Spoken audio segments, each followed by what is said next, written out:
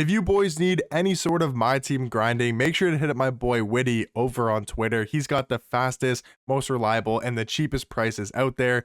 You guys don't want to miss out. In this video, we're going to be going over every single new Radioactive card in NBA 2K25 My Team, and just going over what these cards do look like on paper with their stats, their badges, and their animations as well, and talking about what cards I do think are going to be worth picking up in game today. So we'll start obviously from the bottom. We'll start with the Amethyst cards, and we'll work our way up to the diamonds, the pink diamonds, the galaxy opals, the dark matters, and of course that 100 overall Shaq as well, to see what jump shot and what sigs I did give that card. But yeah, starting off with the Amethyst here, we do have Kamara, and he's a 6'7" shooting guard, 7-foot wingspan. I mean, the stats look really good defensively. 90 block, 95 steal, 95 perimeter, 94 interior defense. He's got a good agility. So right off the bat, a really good 3-and-D card. Animations wise, he's got the Isaiah Stewart base with the Vlatko Kankar upper. This is his same jump shot, I think. Is this the same jump shot he has? Yeah, okay, so it's on quick timing. He's got the Garland escape. Not really sure how great of a card this card's going to be, but maybe not a bad budget option at the shooting guard position. Looking at the next Amethyst here is going to be unfortunately an undersized point guard in Miles McBride. Only 6'1" at point guard, 6'9" wingspan. It's just going to be hard to really play this card in March. Like, we're almost in middle of March. Jump shot on quick timing, 75 driving dunk. I mean, this card's not horrible, but he's just going to be undersized at that point guard position. Next Amethyst here is going to be Justin Edwards, a 6'7" shooting guard, 6'10" wingspan. The defensive stats look to be a little bit underwhelming, but animations wise, he's got the Josh Okogie base, Josh Okogie upper on quick timing. He's actually got the Devin Booker dribble style, but they gave him the Embiid escape, but the Kyrie behind the back. He also has a normal size up. So, I mean, this card maybe looks, again, okay for a budget card, but realistically isn't looking that insane. Jalen Tyson, I was excited about this card, but he is only 6'6" at small forward. The thing about this card is he does have a really good, I think it's base, or at least it's a solid base. It's on that dark matter Larry Bird to try to make his jump shot better. But this card realistically doesn't look very good unless that jump shot is chick. Looking at DeLon right here, 6'5" point guard, 6'7" wingspan. Really good defender, 97 steal, 93 perimeter, so you love to see that on a budget Amethyst card. 92 speed with ball is good, 95 agility, 93 speed. Did they change his jump shot? They didn't, so I'm not exactly sure how good of a release he has. He does have the pro dribble style, which is definitely usable, and we can see that Shaq at least doesn't have pro. But De'Aaron Fox's escape is good. This card might not be bad. Again, for a budget price tag, we're talking about these low tier Amethyst cards. All these guys look solid besides Miles McBride. Jalen Tyson probably a little bit too small for small forward, but DeLon Wright, Kamara, and Justin Edwards don't look bad for an Amethyst card. And then the last one here is going to be Aaron Wiggins, 6'5" shooting guard, 6'10" wingspan. Again, very mediocre stats. Animations, he has the Rodney Hood base. Okay, so it's the same jump shot that he always has, I do believe. Yeah, same jump shot he always has on quick timing. Again, another decent Amethyst card, but only 6'5" at shooting guard. I think there's going to be better options with Kamara and Justin Edwards as well. But now to go on to the diamond cards, we got Diamond Derek Fisher, 6'1" point guard, 6'6" wingspan, 45 driving dunk. Like, this card is awful. Devin Booker dribble style is nice, but yeah, all these diamond cards in the past couple drops have been really, really bad.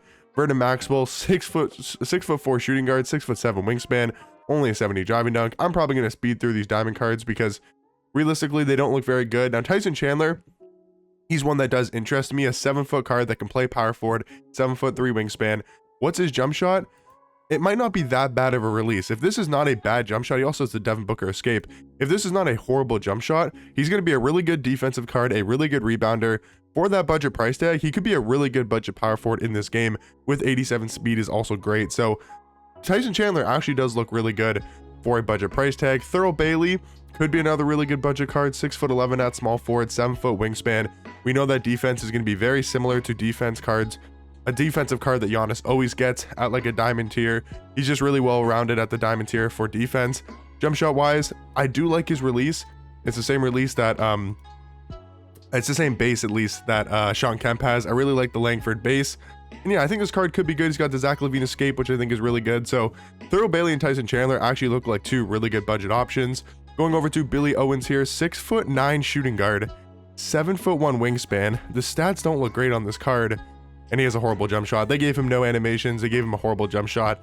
He's 6'9", but other than that, isn't really going to be doing much for you. And then the last diamond card here is going to be Anthony Simon, 6'3" point guard, 6'9" wingspan, and wow, they cursed his defense. They couldn't give him like a mid 80s at least on the defensive end. Yeah, this card again, not going to be great. Horrible defensive card. Just not going to be usable at this time of the year. Going on to the first pink diamond, we do have Wesley Person, a 6'6" shooting guard, 6'10" wingspan. The stats look not the best. The defense a little bit lackluster. 85 driving dunk. Jump shot wise, oh, they gave him a good jump shot. Wow, Wesley Person, he might be an absolute budget demon. They gave him a great jump shot, Devin Booker dribble style. I mean, the stats and badges are a little bit underwhelming. Does have really good Hall of Fame shooting badges, but Wesley Person, he looks like the best card we've talked about so far. Going over to Pink Diamond Taco Fall, the return of Taco Fall in my team. 7'5" center, 8'2" wingspan. But of course, they're going to give him a 33 ball, 39 speed, 25 agility. He's not going to be usable in game. They actually did give him a good jump shot, I do believe. That jump shot is actually not that bad on quick timing, but you know, he can hit mid-range, so that's nice. He can hit it mid-range, but that speed is going to be obviously way too low. But it is cool to see Taco back in my team. We'll probably try to get you guys a gameplay on that card. Matt Barnes here looking at the next pink diamond. 6'7" shooting guard, 6'9" wingspan. Really solid all-around stats, like good defense, decent slashing. 88 speed's a little bit slow for a shooting guard. Jump shot wise, did they change his jump shot? I don't think they did. Matt Barnes base with the Kendrick Nunn upper. Yeah, so I don't think they changed his jump shot on quick timing. This card, a little bit underwhelming. I think Wesley Person looks a lot better at the shooting guard tier. And then going over to Jonathan Bender, another return of the legend from, I think it was 2K23, but it could have been 2K22. A 7-foot small forward, 7'4" wingspan. Yes, his stats aren't going to look amazing on paper, but you got to remember, he's 7 foot at the small forward position. And oh my God, they gave him his jump shot back. They gave him the Montrezl Harrell base, Trae Young upper. He has no dribble sigs whatsoever, but he's got a great jump shot. Guys, Jonathan Bender and Wesley Person look like absolute two budget beasts. Are we going back to is this just 2K23? Like, I'm pretty sure both these cards were legends in 2K23. I remember that pink diamond Jonathan Bender. Wow, those cards look great for the pink diamond tier. And then Asar Thompson, 6'6" shooting guard, 6'10" wingspan. We know he's going to be an elite defender, 92 block, 95 steal, 95 perimeter, great slasher, great athleticism. Jump shot on quick timing isn't amazing. So I think this card will be a little bit underwhelming. If I'm you guys, Wesley Person and Jonathan Bender, those are the two cards I'd be picking up right now if I was getting on the game. Those cards look amazing. But now going on to the first Galaxy Opal is going to be RJ Barrett, 6'6" shooting guard, 6'10" wingspan. Looks like he has very good stats all around. Jump shot, they're going to keep the same jump shot on quick timing. Luka escape, pro size up isn't great, and the DeMar behind the back. So RJ looks solid, but nothing really too spectacular. I'm wondering for Kyle Korver, did they change his jump shot? They didn't, but they put it on very quick timing, which is not a bad jump shot. It's not bad on very quick, and they gave him some good defensive stats and some good defensive badges as well on Hoff. So Kyle Korver could be good, but the first two opals here, a little bit underwhelming. Gilbert Arenas, 6'4" point guard, 6'9" wingspan, really good defensive stats on the perimeter, 93 perimeter, 90 steal, 95 driving dunk. Did they change his jump shot? I don't know if they did, right? I think this is the same jump shot he always has, but this is a good release on very quick timing. And ooh, did they give him new sigs?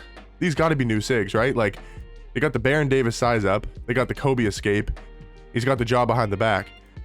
I mean, this card might actually be really good. Gilbert Arenas is probably the best opal we've looked at so far. And then going to talk about the last opal here is going to be Bradley Beal, 6'4" point guard, 6'8" wingspan.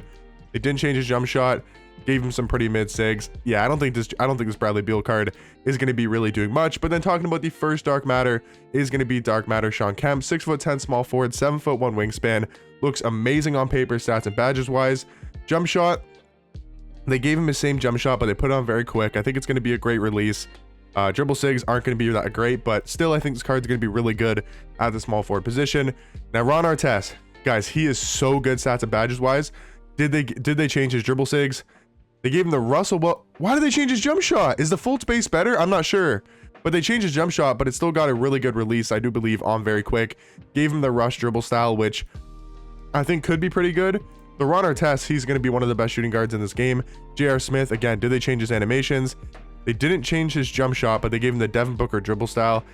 Yeah, I just don't think this card's really going to be all that great because of that jump shot on very quick. And then the last card here, guys, is going to be 100 overall Shaq. You guys know it's 100 overall, 99 every single stat, 30 Hall of Fame badges. Did they change his jump shot?